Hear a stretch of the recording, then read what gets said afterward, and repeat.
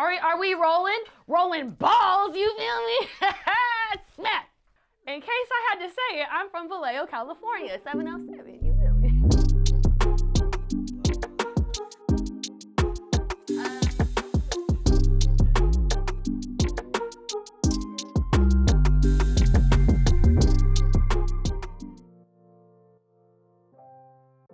My name is Mari, and I'm a bud tender. My name is Lori Pascarella, and I'm a compliance specialist for Cannabis. Hi, so I'm Heather Liebman, and I do everything in the industry, but primarily sales for Bloom Farms. Hey, my name's Jourdan Jade. I've been in the industry for over 15 years. I started out doing sales, cannabis sales, when I was 16. I was working in a dispensary through high school, through college. Through college, I was still doing sales. I used to come up and get weed from Burner at the time, come back down to SoCal. Now I own a CBD company, a hemp CBD company, Jade Healing Co. I'm still a sales rep for several THC companies. I still cultivate, and I'm a consultant for a cannabis marketing company, Cannabis.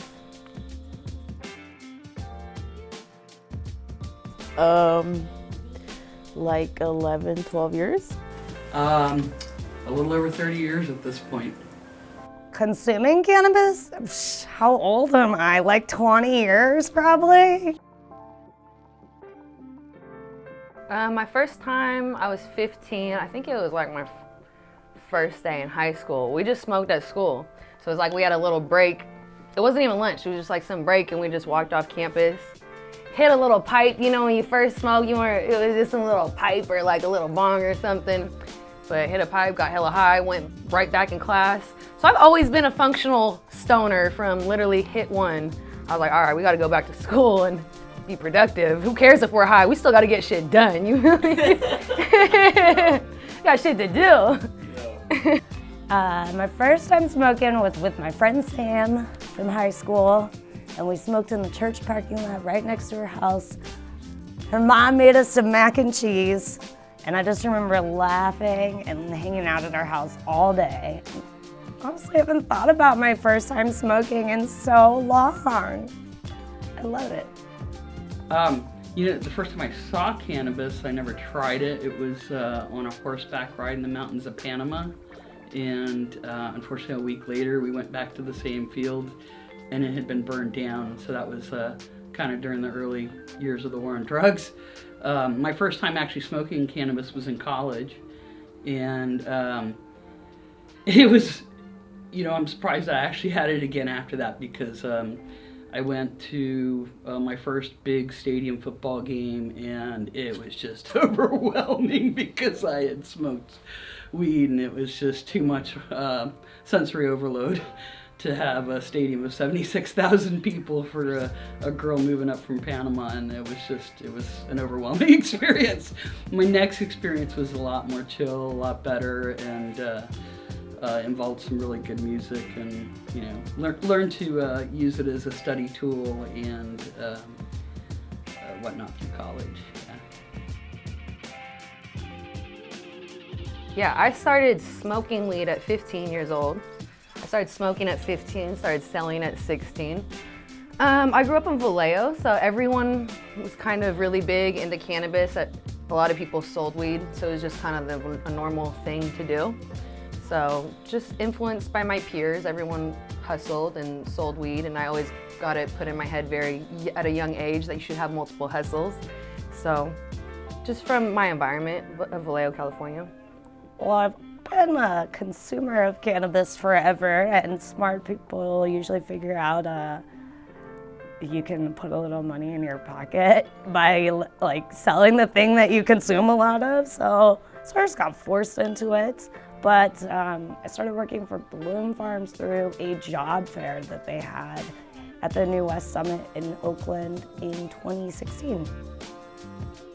I would just go to the hook a lot, you know what I mean? And I just felt like the vibe there, you know what I mean? I felt that it was hella cool ass people, you know what I mean? Like the owners, it was sick, you know what I mean? It's just it's just something that you want to be a part of, you know what I mean? Like with most clubs, yeah, you know what I mean? I went to the Wine and Weed Symposium a few years ago, 3 years ago, and met Nancy Birnbaum of Sensi Magazine, and went to like a gathering afterwards, and just I felt like, wow, this is really a group of like-minded people.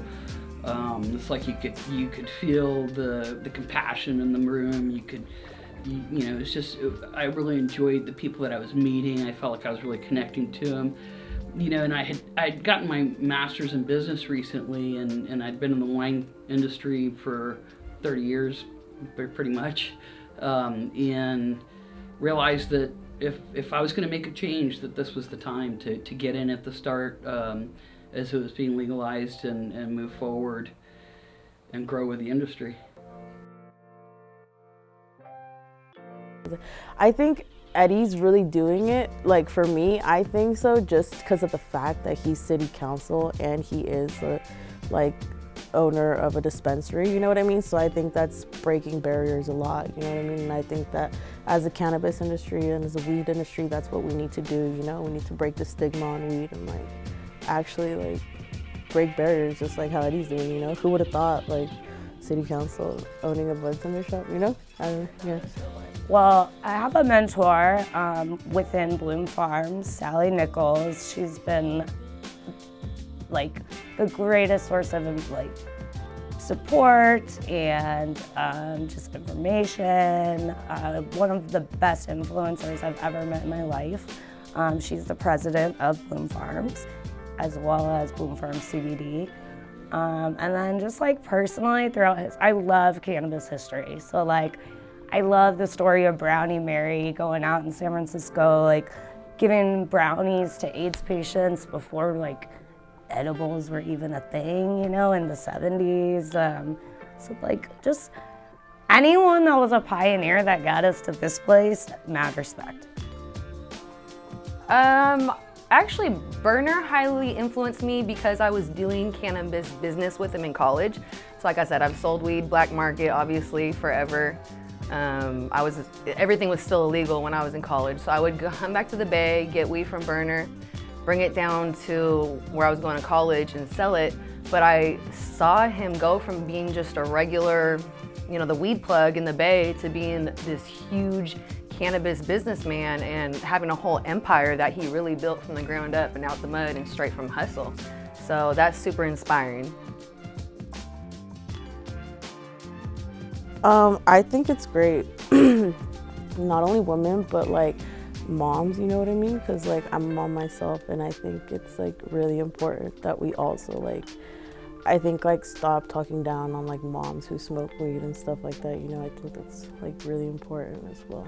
I think actually right now cannabis is one of the industries that women are very well represented, and we have a really diverse representation of a woman in cannabis. We did start out with this certain type of hype, but the market has really evolved to be all encompassing, and there's something for the Marin mommies, there's some for the girls who love dabbing out, there's even things for people that don't want to get high. Women representation in cannabis is kind of mixed. There's a lot of women putting content out that doesn't have the best image for women. So, there's a lot of women in lingerie and partially nude or implied nude with cannabis, and it's getting a big attraction and viewing. Obviously, sex sells, but it also kind of puts women in the light of being more sexualized than being looked at as an equal professional contributor to the industry. So unfortunately there's that, but there's still a lot of very executive boss females leading the industry. So, there's always gonna be that mix, and it's on women on how they wanna put themselves out and be perceived.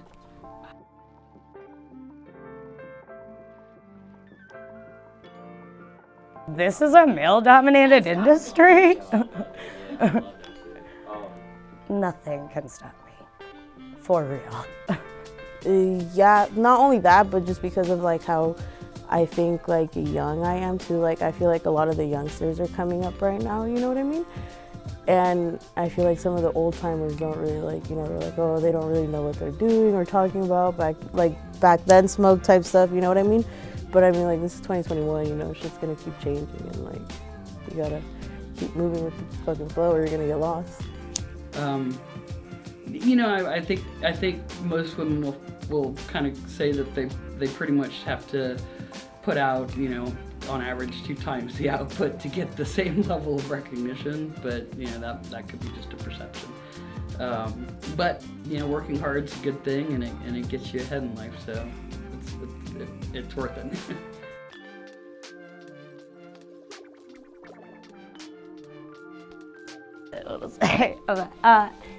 You know what? Of course, like always. I mean, like there's bias everywhere, right?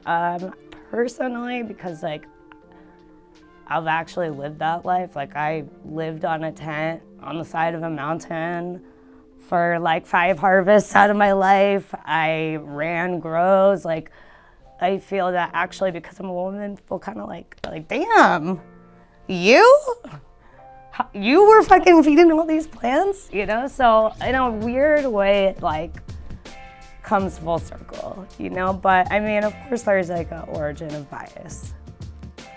You know, that's similar to the wine business. You know, when I got into the wine business, I was one of the first female winemakers in the industry, and you know, it's always been a challenge. I think culturally, that's just the way the world is still at this point. But I think we're evolving. I'm hoping that the Black Lives Movement is going to kind of push things in the civil rights arena that'll then filter down as far as everyone.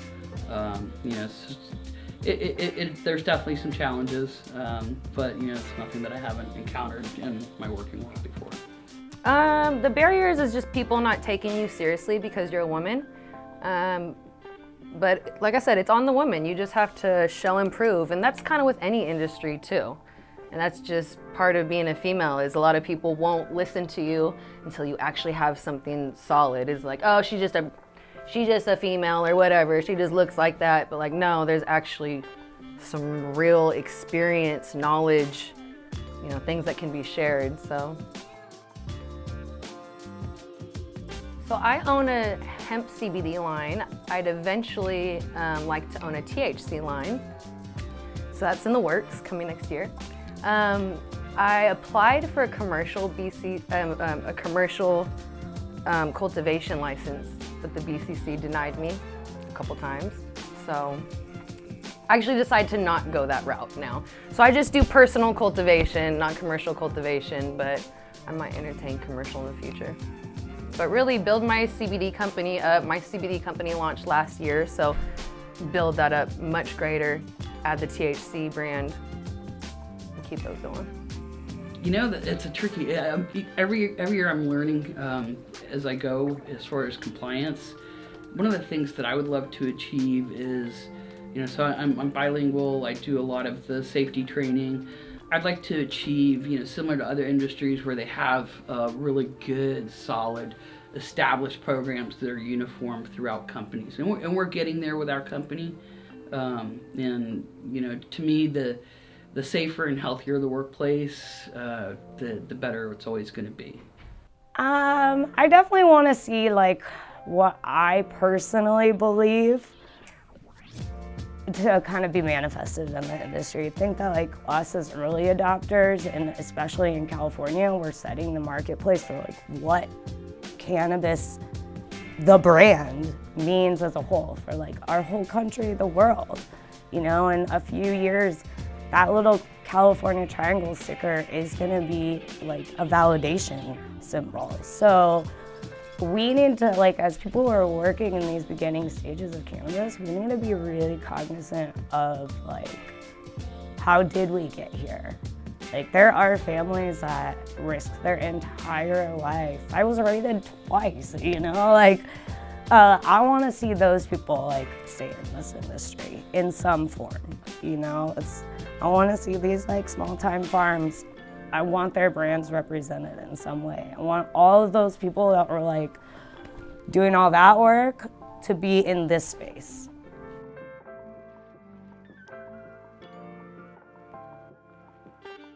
No, and I think probably one of the biggest challenges, even as an adult, was broaching the subject with my mother and letting her know I wanted to shift careers from wine into weed.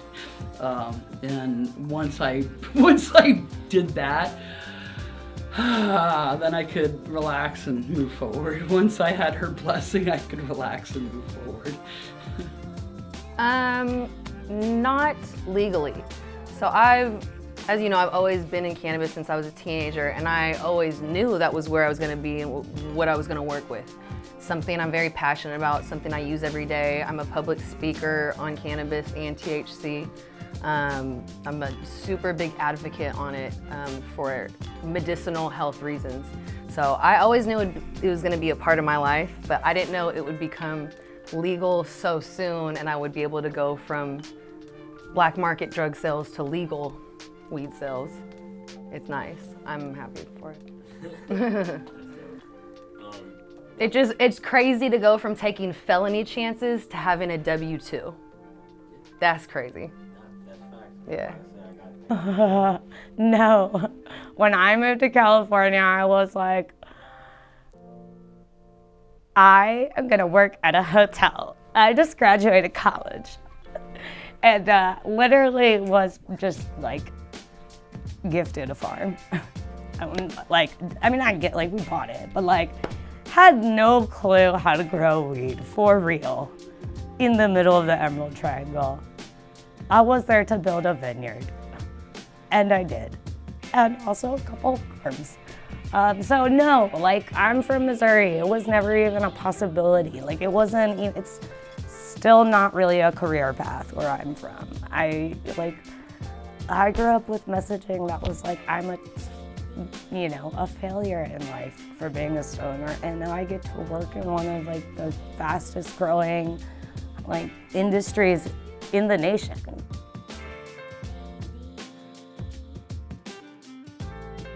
I mean, I think women that are already in this industry and are, leaders or respected in the space, like, we kind of have a duty to, like, help other women that are entering the space, like, work together and, like, just look out for one another and be a network of our own, nothing can stop us. Just keep trying, keep networking. I think that was one of the best things that I did early on with meeting Nancy Birnbaum, and she invited me to join, it's called Women's Cannabis Business Development Group. And through that I was able to network and meet people and get ideas on what was the best role for me in this industry, where would I best fit in. I would say don't let anybody ever bring you down because of what or who you are. I'd say just at the end of the day, don't even do it because of them, do it for you, you know what I mean? Do it for all those times that you doubted yourself, and because at one point, if you try, you'll make it happen, you know what I mean? Like, at the end of the day, that's really all it is. You just have to apply yourself and what you really want to do, you know what I mean? You can't let nobody tell you what to do, can't let nobody knock you down, can't let nobody tell you that you can't do something just because you're a female or this or that, you know what I mean? You have to tell them, stand up and say, yes, I can. You gotta just do it, Nike. Honestly, like, just have the self-confidence to do it and execute and just make it happen. Because you're your biggest holdback. Don't listen to what other people are saying and to be scared of this and worry about that and don't do that. It's usually other people getting in your mind and holding you back. So just believe in yourself, work hard, make it happen, and there you go, and then you'll have it. But you gotta put in the work. Just put in the work and the results will come.